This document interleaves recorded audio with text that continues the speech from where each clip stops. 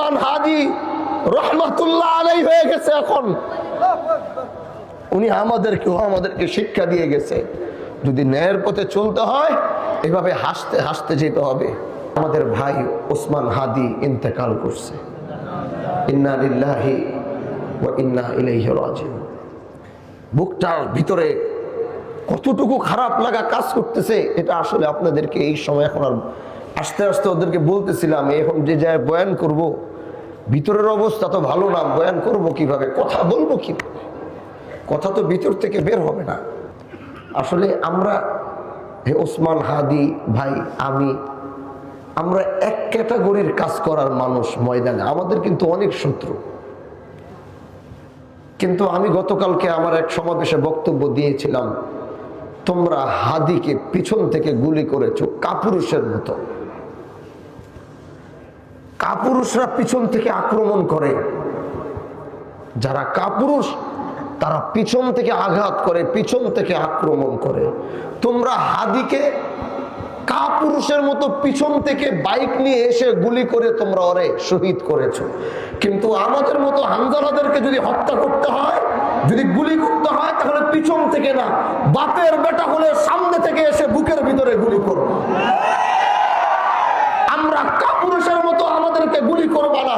যদি আমাদের হাদির মতো যদি এরকম একটা হাদিকে তোমরা শহীদ করেছো, আমি আল্লাহর উপরে শপথ করে করতে পারবো, আগামী কালকে বাংলার লক্ষ লক্ষ হাদি দাঁড়িয়ে যাবে, তারপরে এই দেশে কোনো অন্যায় অবিচার তারা মেনে নিতে পারবে না।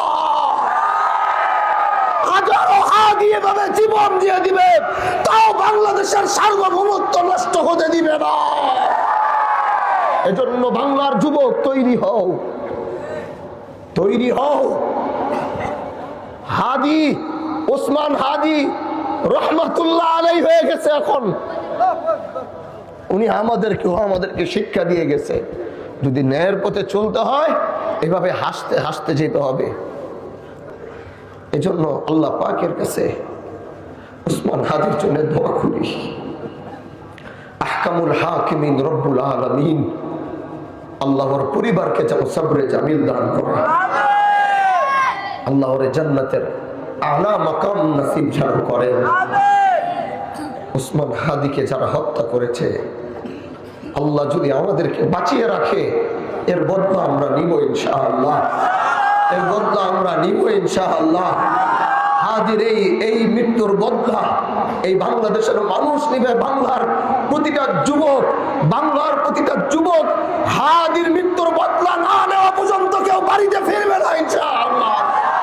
আগামীর বাংলাদেশ হাদির জানাজা দেশের ইতিহাস হয়ে থাকবে। হাদির জানাজা বাংলাদেশের আরেকটি ইতিহাস রচিত হবে, বলো ঠিক কিনা? এজন্য ভাই আমার,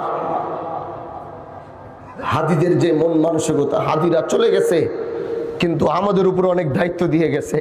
হাদিরা আমাদেরকে বলেছে, আমাদের যাত্রা ওরা এখানে শেষ করেছে, তোমরা তো বেঁচে আছো, আমাদের বাকিটুকু কাজ তোমরা চালায় যাবা, আমাদের বাকি কাজ তোমরা আগায় নিয়ে যাবা। আবার এই চলতে চলতে হয়তো আমরা একদিন এরকম পড়ে যাব, আমরা চলে যাব, আপনাদের কাছে আমাদের কাজগুলো আবার দিয়ে যাব, আপনারা এই কাজগুলো চালিয়ে যাবেন।